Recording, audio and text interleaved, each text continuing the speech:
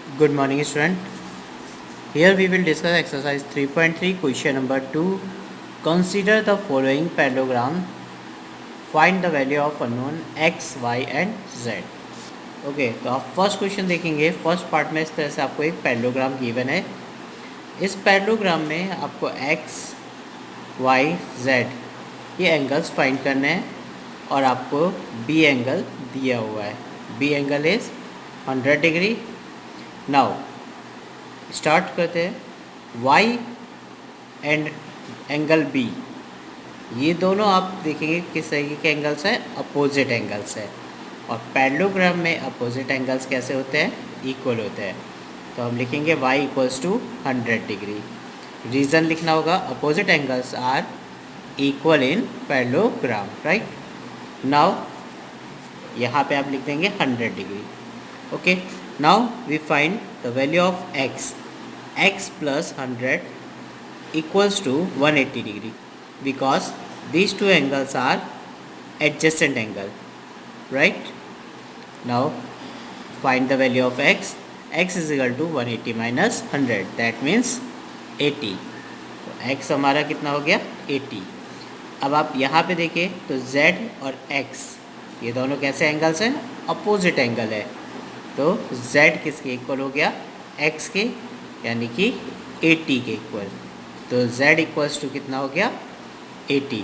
और रीज़न क्या है, opposite angles are equal in parallelogram. Okay, now part B. In part B is a parallelogram. Consider as a parallelogram and find the value of x, y and z, right. Okay, first we find the value of x and 50 are adjacent angle, so we write x plus 50 is equal to 180. Reason, sum of adjacent angle is 180 degree. Then x is equal to 180 minus 50, that means 130. So here we write 130 because the value of x is 130. Now these two angles are opposite angles and the opposite angle of parallelograms are equal. So y is equal to x and x is equal to 130. That means y is equal to 130. Reason, opposite angles are equal in parallelogram, right. Now we find z, and z and x are corresponding angle because if we extend this line like this and this line, अगर हम इन दोनों line को extend करें तो आपको दिखेगा ये दोनों पैरेलल लाइन है और ये this third line is called transversal. तो ये ट्रांसवर्सल है. तो ये एंगल्स कैसे एंगल्स होंगे, कॉरस्पॉन्डिंग एंगल होंगे. हम लोगों ने स्टैंडर्ड 7 में पढ़ा था कॉरस्पॉन्डिंग एंगल्स के बारे में. तो z इक्वल्स टू x हो गया और x किसके इक्वल है, 130 के. So we write z is equal to 130. Reason, corresponding angles, right. Now part 3. Okay, this is a one type of parallelogram and this symbol is show this angle is 90 degree. Okay, and these two angles are called vertically opposite angle. इस तरह से जब भी angles form होते हैं cross में तो आमने सामने के जो एंगल्स होते हैं that is called vertically opposite angle. तो x किसके इक्वल हुआ, 90 के, because they are vertically opposite angle. So we write therefore x equals to 90 degree. Reason, vertically opposite angle, vertically opposite angles, right. तो x हमें पता चल गया 90. So we write here 90 degree. Now this is our triangle.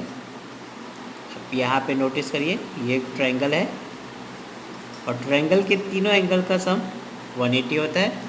So we write x plus Y plus 30 is equal to 180 degree. Reason लिखेंगे, angle sum property of triangle, angle sum property of triangle, right. क्या property है कि अगर हम interior angles जितने भी हैं उनको प्लस करें ट्रायंगल के interior, not exterior. Interior angle का सम करते हैं तो उनकी वैल्यू क्या होती है 180। अब देखिए यहाँ पे हमें x पता है, so we put the value of x, x is 90 plus y plus 30 is equal to 180 degree. Now 90 plus 30 plus y is equal to 180, then 90 and 30 120, 120 plus y is equal to 180, therefore y is equal to 180 minus 120, so y is equal to 60 degree, right. तो आपको x पता चल चुका है, y पता चल गया। Now we find z। Notice करिए यहाँ पे कि z और y ये दोनों कैसे एंगल्स हैं, अल्टरनेट इंटीरियर एंगल्स हैं। अगर आप यहाँ पे नोटिस करें तो ध्यान से देखेंगे तो एक z जैसा फॉर्मेशन बन रहा है, यूँ।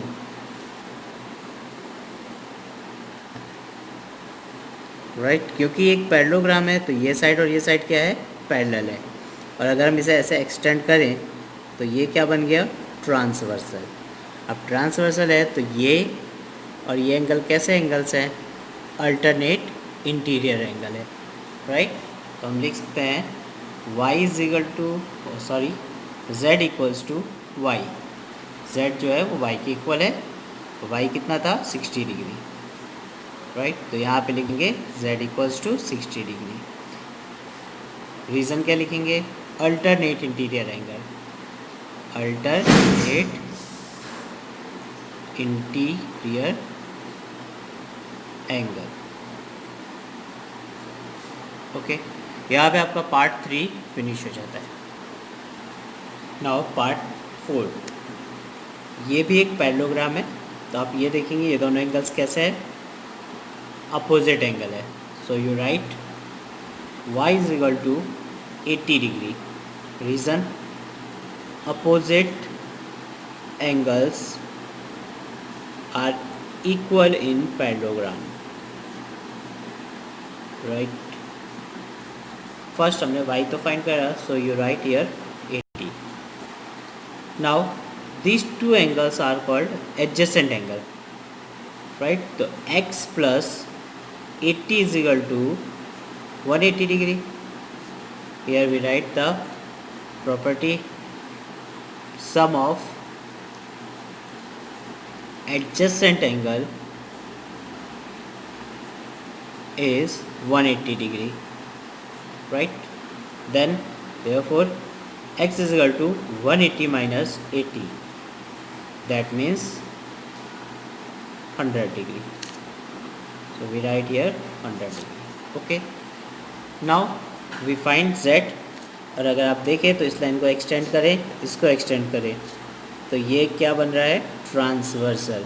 तो ये दो एंगल कैसे एंगल हैं, कॉरस्पॉन्डिंग एंगल हैं, राइट। तो हम लिखेंगे z equals to 80 degree, reason corresponding angle.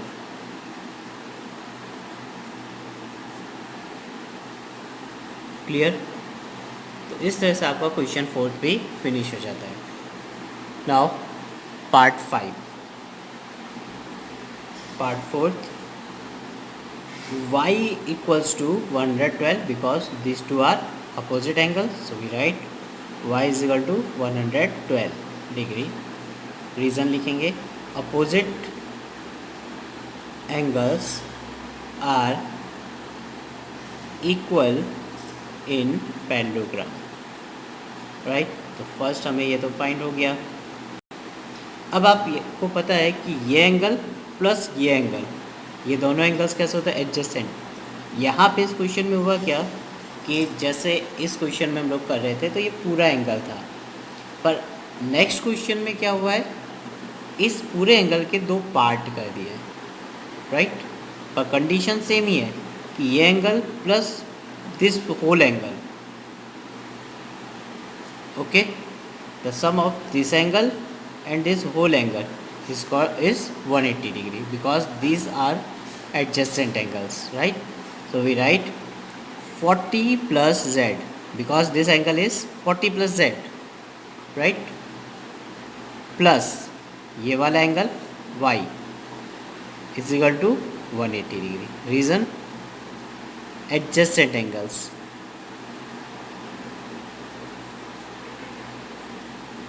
Of parallelogram, right, adjacent angle है. क्लियर है भाई? ये एंगल प्लस ये एंगल, ये पूरा एंगल कहलाएगा कि नहीं? ये पूरा ऐसा बनेगा. तो ये पूरा angle plus this angle are 180 degree, because these angles are adjacent angle, right? So 40 plus z plus y is equal to 180. Now put the value of y. 40 plus z plus 112 is equal to 180 degree. Okay. Now z plus 40 plus 112 like terms को arrange कर दिया, is equal to 180. Now add these two. So z plus 152 is equal to 180 degree. Now z equals to 180 minus 152. अब minus करेंगे, z equals to 28 degree, right? तो आपके पास z आ गया, right? अब आपके पास क्या बचा है? x. y हमने फाइंड कर लिया, z भी फाइंड हो गया. आप ध्यान से देखिए तो z और x ये दोनों कैसे एंगल्स हैं? अल्टरनेट एंगल है, क्योंकि आप यहाँ पे ये लाइन और ये लाइन को अगर आप पैरेलल लाइन कंसीडर करते हैं तो this line is transversal and this angle alternate interior angles. So x equals to z. z हमें पता है कितना है? 28 degree. That means x is equal to 28 degree. Reason यहाँ पे लिखेंगे alternate interior angle.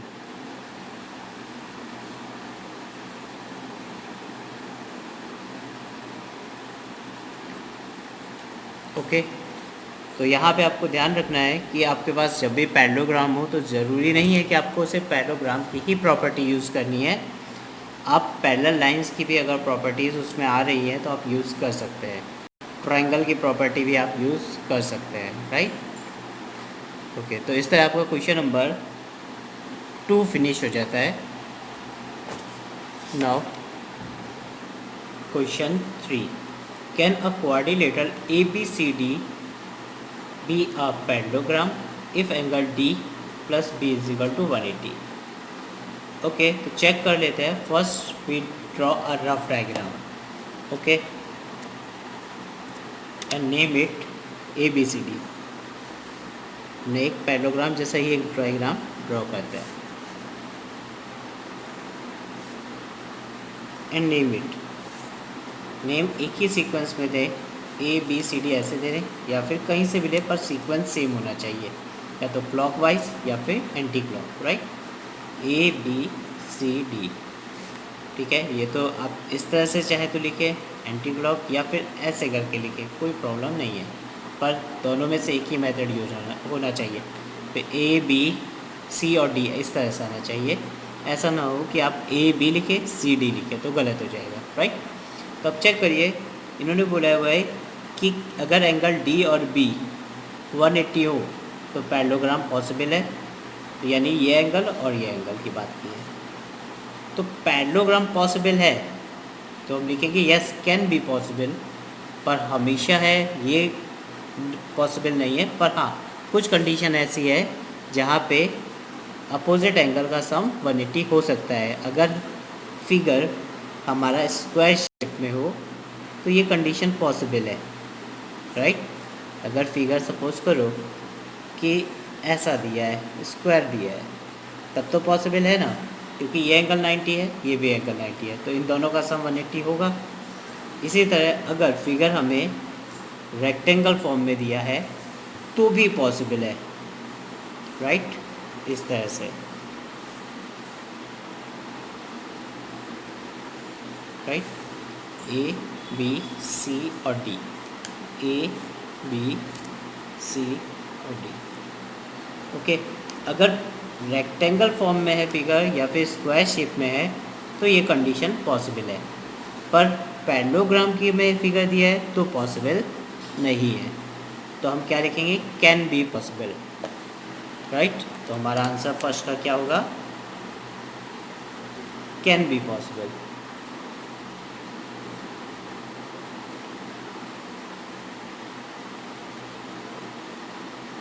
Right, okay. Now second part हमें given है। सेकेंड में ए बी इक्वल्स टू बोला है डी सी, वो दोनों आपस में इक्वल है 8 सेंटीमीटर। देन ए डी है 4 सेंटीमीटर और बी सी है 4.4 सेंटीमीटर। तो अगर आप यहाँ पे देखें तो एक हम रफ डायग्राम बनाते हैं। तो रफ डायग्राम है तो आपको कोई परफेक्ट मेज़रमेंट लेना नहीं है, और नॉर्मल सा आप बात समझिए कि अगर हमने इस तरह से एक पैरेललोग्राम ड्रॉ करा, ठीक है, और इसको नाम दे देते हैं, ये है A B C D, right. A B और डी सी तो इक्वल है, राइट। ये 8 है और ये भी 8 है। इन्होंने बोला है ए डी जो है वो 4 सेंटीमीटर है, राइट, पर बी सी 4.4 है। दैट मीन्स बी सी का पॉइंट यहाँ पे ना होके कहाँ होगा, थोड़ा सा आगे होगा, इस तरह से बी सी जो है वो थोड़ा सा बड़ा होगा। अब अगर बी सी बड़ा है तो डायग्राम तो कुछ ऐसा बनेगा, यूँ, राइट। तो क्या ये पैरेललोग्राम है? नहीं है, क्योंकि पैरेललोग्राम की अपोजिट साइड्स कैसी होती हैं, इक्वल होती हैं, राइट। तो हम लिखेंगे नॉट पॉसिबल, राइट। समझ आ गया बच्चों? यहाँ पे पॉसिबल क्यों नहीं है, क्योंकि बोला है कि ये साइड और सॉरी ए बी और डी सी तो इक्वल है, राइट। ए बी और डी सी इक्वल है, पर ये साइड और ये साइड इक्वल नहीं है। तो ऐसी कंडीशन पॉसिबल नहीं है, क्योंकि पैरेललोग्राम में ये साइड इसकी इक्वल होती है, ये साइड इसकी इक्वल होती है। Okay, now next third. Okay, third है a angle A equals to 70, ये 70 है और ये बोला है 65। तो क्या पैरेललोग्राम में ये कंडीशन पॉसिबल है? तो नहीं पॉसिबल है, क्योंकि प्रॉपर्टी बोलती है और पैरेललोग्राम की कि अपोजिट एंगल्स कैसे होते हैं, इक्वल होते हैं। तो ये दोनों तो अपोजिट एंगल हैं, तो ये 70 है तो ये 65 तो पॉसिबल नहीं है ना। तो हम लिखेंगे नॉट पॉसिबल।